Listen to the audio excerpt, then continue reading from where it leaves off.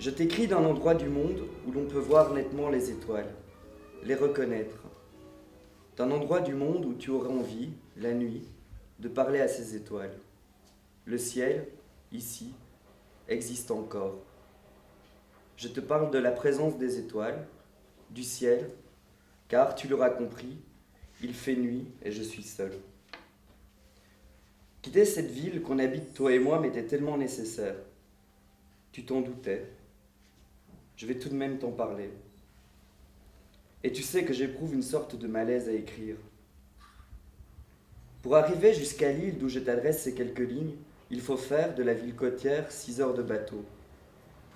Tu as l'impression de comprendre quelque chose lorsque la lumière blanche se confond avec la mer et annule tous tes repères et te renvoie à toi-même, t'offre une paix que quelques dauphins accompagnent. Quitter mes contemporains et cette capitale devenue pour eux presque abstraite. Nous ne sommes pas comme ces hommes et ces femmes agités dans une cage qu'ils désirent dorer. Ils sont si pressés qu'ils ne peuvent plus percevoir et éprouver leur monde. Ils vont si vite entre les hauts murs, les hautes vitres des buildings et les larges trottoirs reliés par des lignes blanches sur le macadam. Nous prenons d'autres traits, d'autres lignes de fuite.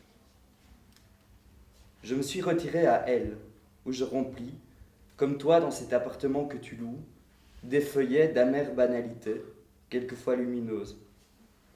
Des banalités qui surgissent entre deux cris dont on ne connaît pas l'origine.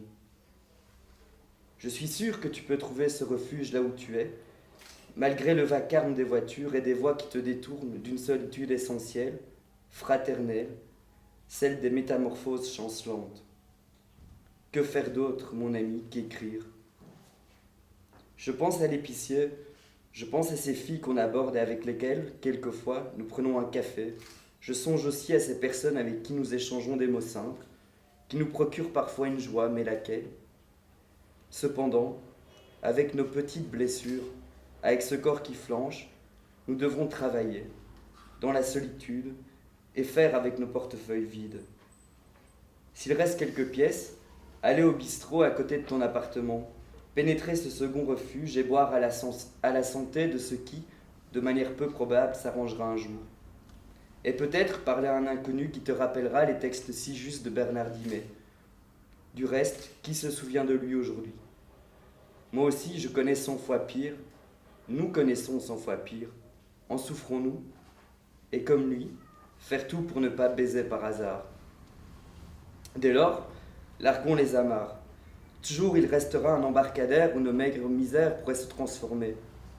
Largons, sans désenchantement. Il s'agit de savoir regarder. C'est vers cela, mon ami, qu'il faut tendre.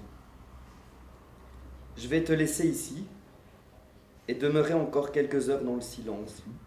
Peut-être écouter un Stabat Mater, peut-être pas. Mais je suis certain d'une chose.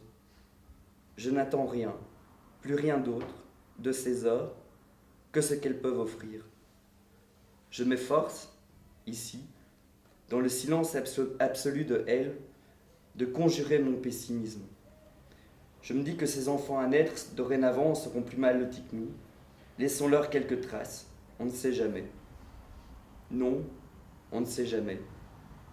Et avant de retourner pour de bon à ce silence qui apaise ma hargne si semblable à la tienne, j'aimerais te dire, nous pouvons, grâce à cette chance que l'on se forge, trouver une place ici et maintenant.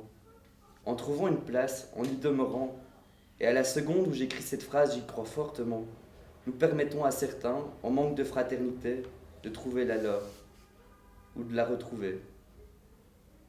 Et même si par moments je pense, tout comme toi, ce que nous faisons inutile, sache que véritablement un livre peut changer une vie. Tu auras compris que je ne parle pas des nôtres. Comme l'explique si bien Larbaud, il suffit d'aimer un texte pour savoir qu'il n'est pas de nous.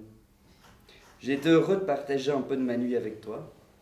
Le silence, le ciel, un verre de vin, ces étoiles.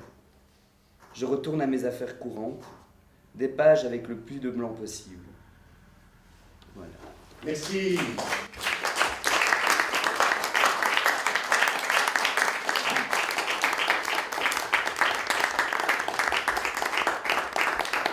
Je relisais dans La tristesse du figuier que tu as présenté dimanche d'Yves Namur, où il écrit « Il est de ma génération, j'attends le temps descendre ». Hein, tu vois, il y a quelque chose qui ne se justifie plus dit-on, à certaines générations, mais je crois que tu représentes aussi une génération qui observe très, très, très précisément les endroits par où le navire est rouillé, je dirais. J'essaie d'esquiver et de ne pas dire de pleine face les choses. Moi, je vais revenir, Eric, à vous, ce que j'ai lu un peu votre texte. Il y a eu un livre qui est chez Gordon à la maison, et ce que vous venez de lire. Et ce qui m'étonne, j'ai aussi voyagé à travers ma jeunesse pour d'autres raisons, et un peu, mais c'est...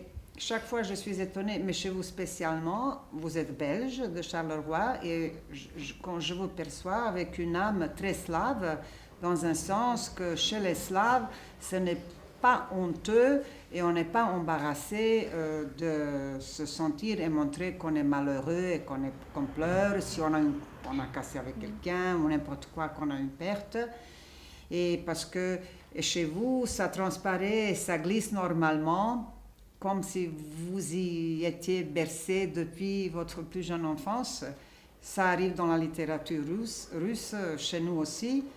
Et je n'avais pas vu ça auparavant, je dois avouer, chez tant d'Occidentaux. Oui, non, mais bien sûr, bien sûr. Non, je n'ai rien dit, moi. Je n'ai rien dit. Doit connaître, il y a... Je n'ai rien dit, Et je ne sais pas, parce que par exemple, moi je me rappelle la première fois quand on recevait des gens, c'était des Suisses, des étrangers pour le travail et tout, on les amenait à Skadarlia. Et dans nos restaurants, quand vous avez... C'est un quartier de Belgrade. Voilà, oui, une rue comme ça ancienne, on chante.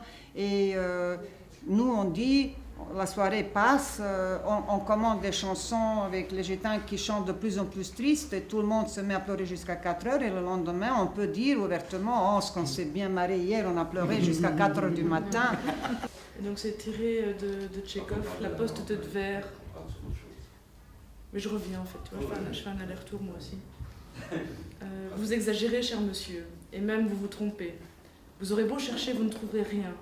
Cette fameuse âme russe n'existe pas. Les seules choses tangibles en sont l'alcool, la nostalgie et le goût pour les courses de chevaux. Rien de plus, je vous l'assure. Et dans sa correspondance, merci de le rappeler, parce que je pense qu'on a chacun un lieu commun de l'autre. Hein. Dans sa correspondance de Tchekhov avec Stanislavski, il ne cesse de répéter ça. Hein. Non, mes pièces ne sont pas des drames, ce sont des comédies. Et tous les types qui s'y trouvent disent des bêtises, etc., etc. Vous ne ferez pas, s'il vous plaît, une mise en scène avec 3 boulots et une isba. Hein. Vous ne ferez pas entendre le gel dans un arbre en faisant sonner une corde de violon. Il nous renvoyait chaque fois à ça, quoi. Mais c'est intéressant d'entendre quand même comment soudain ça se perçoit à travers un texte qu'il n'a pas nommé. Hein, le lieu, quoi, ou l'ambiance. Mes soucis sont secs, mes sous aussi sont à sec. Les sectes de 5 à 7 sont un souci sot. Avant, non. L'avant de l'avant est dans le vent. Les vents du cachalot cachent avant, mais cachalot le kirsch éventé.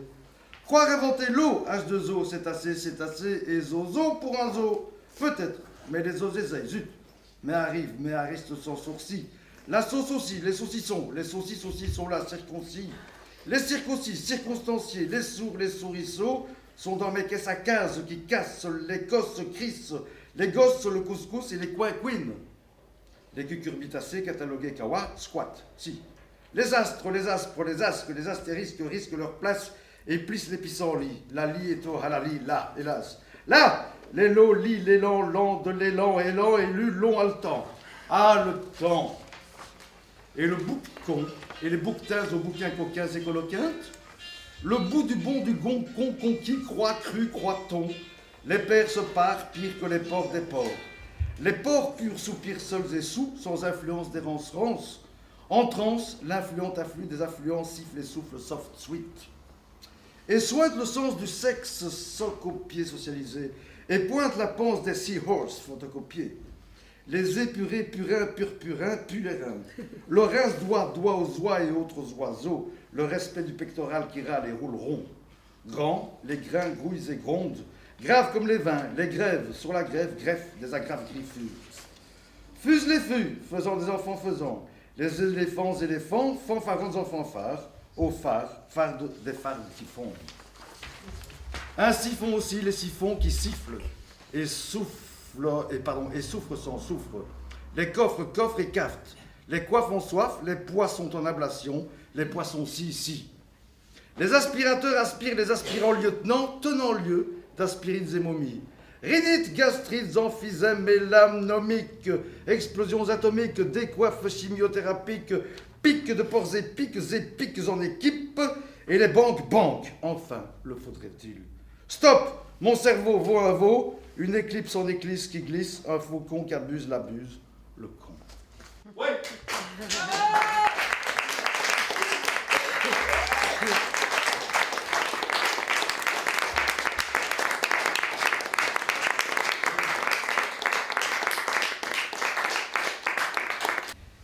Le bonheur, l'amour, la justice, l'avenir, le progrès sont des valeurs en bourse permanentes. Et les hausses et les chutes quotidiennes sont monnaie courante et stupéfiantes autant de l'obligation de la réussite et de la plénitude. Je ne suis pas heureux et ça me plaît, aurait-on envie de rétorquer, par esprit de contradiction. Au mille et un, pas de soucis, lancés comme des adresses désespérées aux dieux d'en haut, perchés dans les cimes du CAC 40. Je ne suis pas heureux et ça me plaît de ne pas être dans l'acmé permanente du bonheur obligé, dans la béatitude du ressassement horizontal. Qui pourrait vraiment prendre pour argent comptant ce bégaiement intrusif qui se mêle de nous exclure de toute inquiétude? Ne serait-ce pas plutôt une forme d'appel à l'aide et de conjuration d'un malheur plus secret? Des tics de langage comme des tocs de cœur. Je ne suis pas heureux et ça me plaît, comme un antidote aux affirmations lénifiantes du temps. Eh bien non, ma bonne dame, eh bien non, mon bon monsieur, nous en faisons du souci. Souci de soi d'abord et des autres souvent, et cela fonde probablement le socle premier de la tribu rassemblée. Merci beaucoup.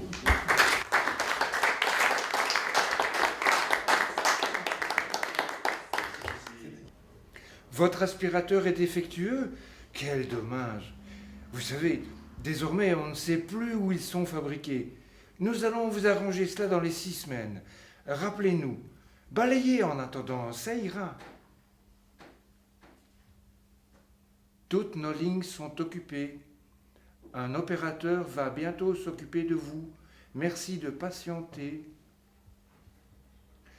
Toutes nos lignes sont occupées. Un opérateur va bientôt s'occuper de vous. Merci de patienter. Monde sûr de lui-même, qui s'arroge des garanties intrinsèques, des sourires derrière le comptoir et des incompétences vastes qu'un vocabulaire maladroit tente d'atténuer. Bouffe rapide, mais longue file et service lent. Interminable crise de gouvernement. Merci de patienter. Désormais, plus de problèmes, aucune solution, juste une diversion. Mais pourquoi vouloir s'inquiéter puisqu'on vous dit que tout va s'arranger? Le lendemain, elle serait souriante. Merci, Jack.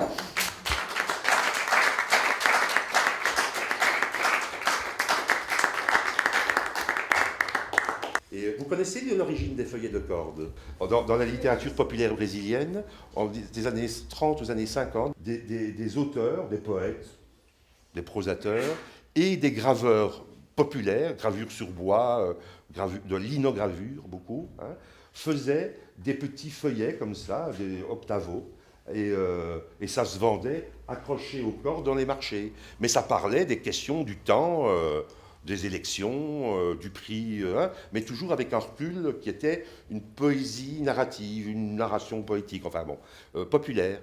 Et cette littérature de Cordel a été plutôt découverte par les Belges lors d'Europalia Brésil. Alors la bonne nouvelle, c'est que cette librairie qui est si amicale, eh bien, elle continue, c'est-à-dire que ça se passe bien. Hein. Il y a des vraies amitiés littéraires, des vrais acheteurs qui viennent. Donc ça, c'est une très très bonne nouvelle.